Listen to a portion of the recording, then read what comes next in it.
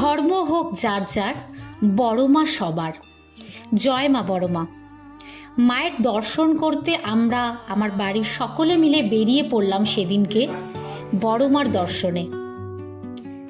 বলা হয় নাকি যে মায়ের দর্শন করতে গেলে কালো রং এবং তার সাথে নীল রং শুভ, তো তাই সেদিনকে আমি এই কালো রঙের ড্রেসটি বেছে নিই এবং তার সাথে খুব লাইট একটা মেকআপ করে বেরিয়ে পড়ি আমার সপরিবার মিলে।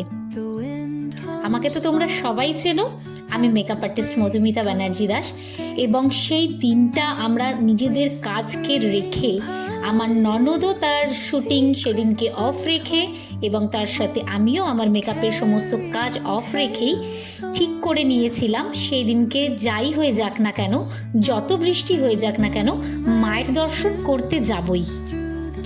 এবং প্রচণ্ড বৃষ্টির মধ্যে দিয়ে সবার আগে আমাদের দক্ষিণেশ্বরের মাকে নমস্কার করে আমরা চলে গেলাম বেলঘরিয়া এক্সপ্রেস ধরে।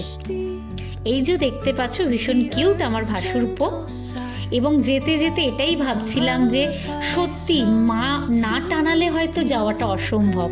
সেদিন মা টানিয়েছিল বলেই এবং আমরা পৌঁছে গিয়েছিলাম নৈহাটিতে। এবং ভাবছিলাম এত বৃষ্টির মধ্যে কি একদম গাড়ি নিয়ে মায়ের মন্দিরের সামনে কি যেতে পারবো? খুব ভয় লাগছিল, কারণ বাচ্চাটাকে কোলে করে নিয়ে যেতে গেলে পরে খুবই অসুবিধাজনক হয়ে যাবে বলে।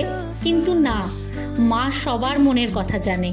একদম বৃষ্টির মধ্যে সেদিনকে আমরা মায়ের মন্দিরের সামনে একদম চলে গেলাম গাড়ি নিয়ে, এবং এত ফাঁকা সেদিনকে ছিল এবং প্রতিজনে এত সুন্দরভাবে আমাদের সাথে ব্যবহার করেছেন যে সেদিনের যাওয়াটা আমাদের সার্থক হয়েছে। আমরা একদম মন্দিরের পাশেই যে আদি মিষ্টান্ন ভাণ্ডার রয়েছে সেখান থেকেই আমরা প্রসাদ নিই।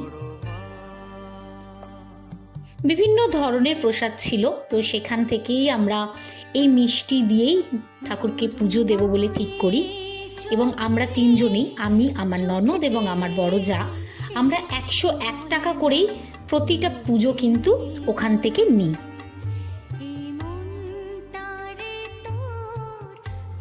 বাইরে বেশ বৃষ্টি পড়ছে, সেই বৃষ্টি মাথায় নিয়েই কিন্তু মায়ের কাছে আজকে চলে এসেছি। মাকে সবসময় জন্য দেখেছি সবসময় মোবাইলে, কিন্তু আজ সামনে থেকে দেখার অনুভূতিটাই আলাদা ছিল। এই বৃষ্টির মধ্যেও ওখানে কিন্তু সবাই দাঁড়িয়েছিলেন যারা এই সিঁদুর এবং চন্দনের ফোঁটা দেবে বলে। তো ঢোকার মুখেতেই এখানে বড় মার একটা বড় খুব সুন্দর ছবি দেওয়া, এবং সেটা দর্শন করেই আমরা ভিতরে ঢুকে যাই। এবং প্রত্যেকে আমাদের সাথে ভীষণ ভীষণ ভালো ব্যবহার করে, এবং সেখান থেকে মায়ের পুজোর ওখান থেকে আমাদেরকে ফলস্বরূপ আমার জায়ের ছেলে এবং আমার ছেলেকেও এই পেয়ারাটি ওখান থেকেই ঠাকুরমশাইরা দেন।